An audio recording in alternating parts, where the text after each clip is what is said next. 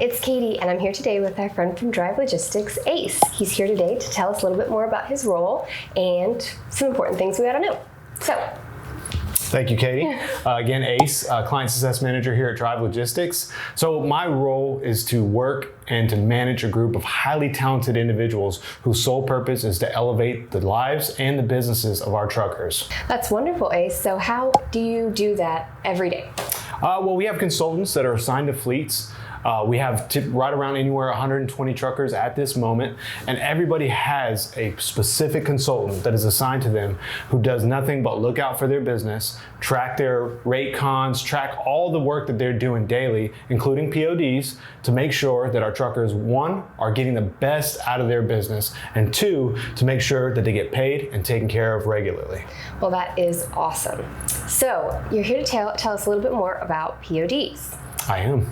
Yes, so tell us exactly, for those of us who don't know, what is a POD? Well, a POD is called a proof of delivery. So it's pretty much a receipt that a trucker will bring back and turn in to show that he delivered the goods, and that we use that and the brokers use that to make sure the trucker gets paid. Wow, that sounds pretty important. So tell us, why is it so important to have a really good POD? Absolutely. So a really good POD means that you're getting paid timely. Think about it this way. You go to a store, you pay for all these items, you get a receipt. If you wanted to return an item, you need to have a receipt to return it. Okay, it's a proof. It's proof that you've done what you were supposed to do or that you paid for something. Well, a POD is just that. You go, book a load, deal with the broker, go to the shipper, go to the receiver, you get a POD signed. For everything that you did, you turn that in, and now you get paid. Sounds wonderful. So over at Drive, what are you guys looking for in a POD, a good POD? I mean, there's a lot of things that go into a good POD. All right, a good POD needs to, one, be clear. We need to know what it's for, where it's going, what they're doing, and we need to know if it's actually something that what they're picking up is actually on there. We just want to make sure that the information is 100% there. Not only that, you got to make sure that you include all documents, okay? PODs come in all shapes and sizes. They look different, they can be handwritten, they can be typed, whatever the case may be, but just make sure that you have everything that was handed to you and that you bring that when you turn it in. That's a good POD. Definitely. So what are some important tips to remember when looking at your POD and what to do to try to prevent any delays in pay? Gotcha. No, good question. So a good POD, you want to make sure that you're bouncing off the information. So if you have a rate con or a rate confirmation, that is what the broker gives you to confirm the load that you booked. Now you want to take that rate confirmation, and your BOL at first becomes a POD, and we'll talk about that more, is that you take that POD and you match it to your rate confirmation, and the information on there needs to match.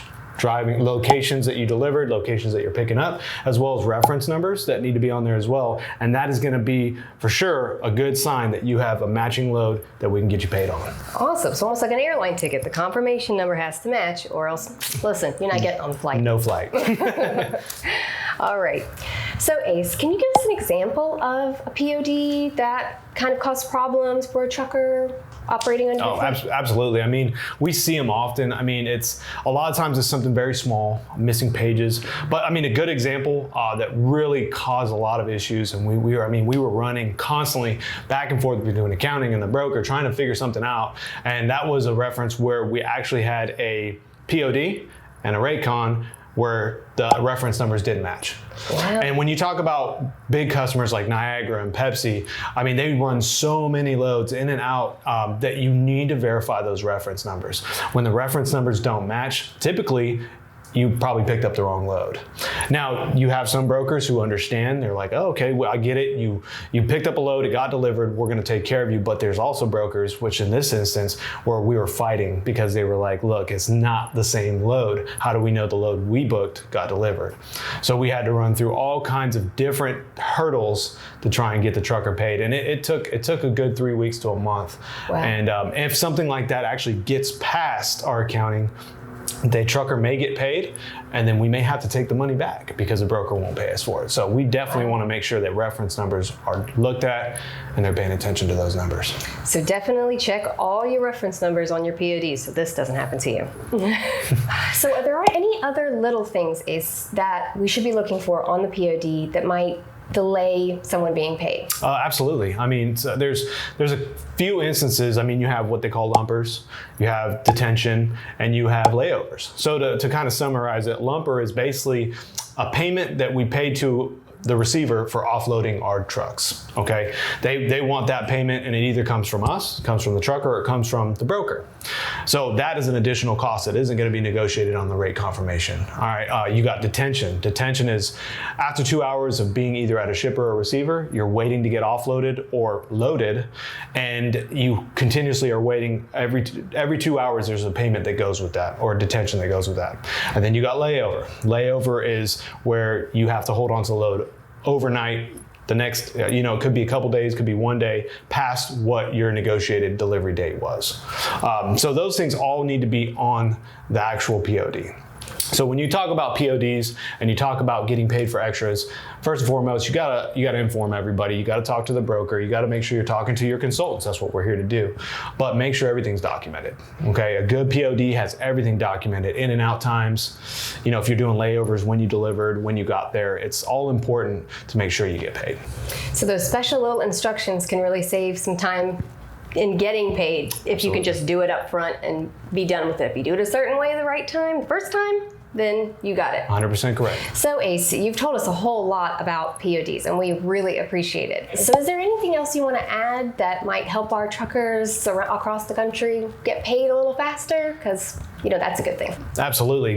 Getting paid timely, fast is always a good thing in any industry you're in, but especially for our truckers, for all they do out there.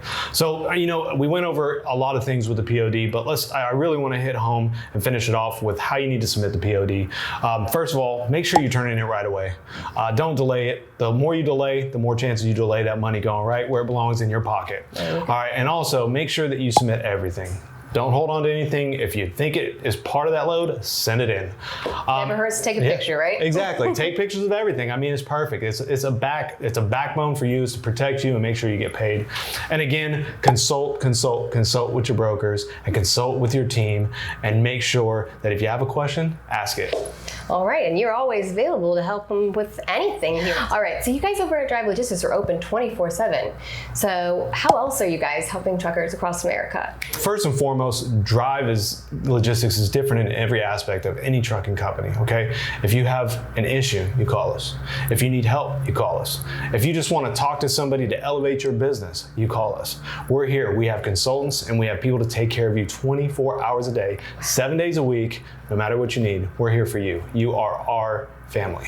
That is awesome. So can you tell us a little bit about a capacity consultant and what they do and how it's totally different from a dispatcher? Sure. So capacity consultant, which other trucking companies will call dispatchers, all they do is they are assigned a fleet.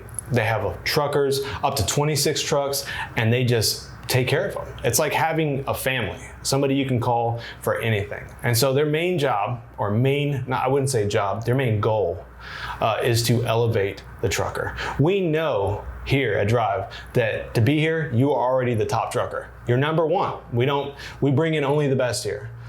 So our goal is to elevate your business. And that's what the consultants do. Elevate your business, help you to see where you can make a change in your life and where you can make a change in other truckers' lives by being the best trucker that you possibly can be. Ace, that sounds wonderful. I think definitely I'd rather have a capacity consultant than a dispatcher. So thank you again, Ace, for telling us all the do's and don'ts of PODs. We really appreciate it.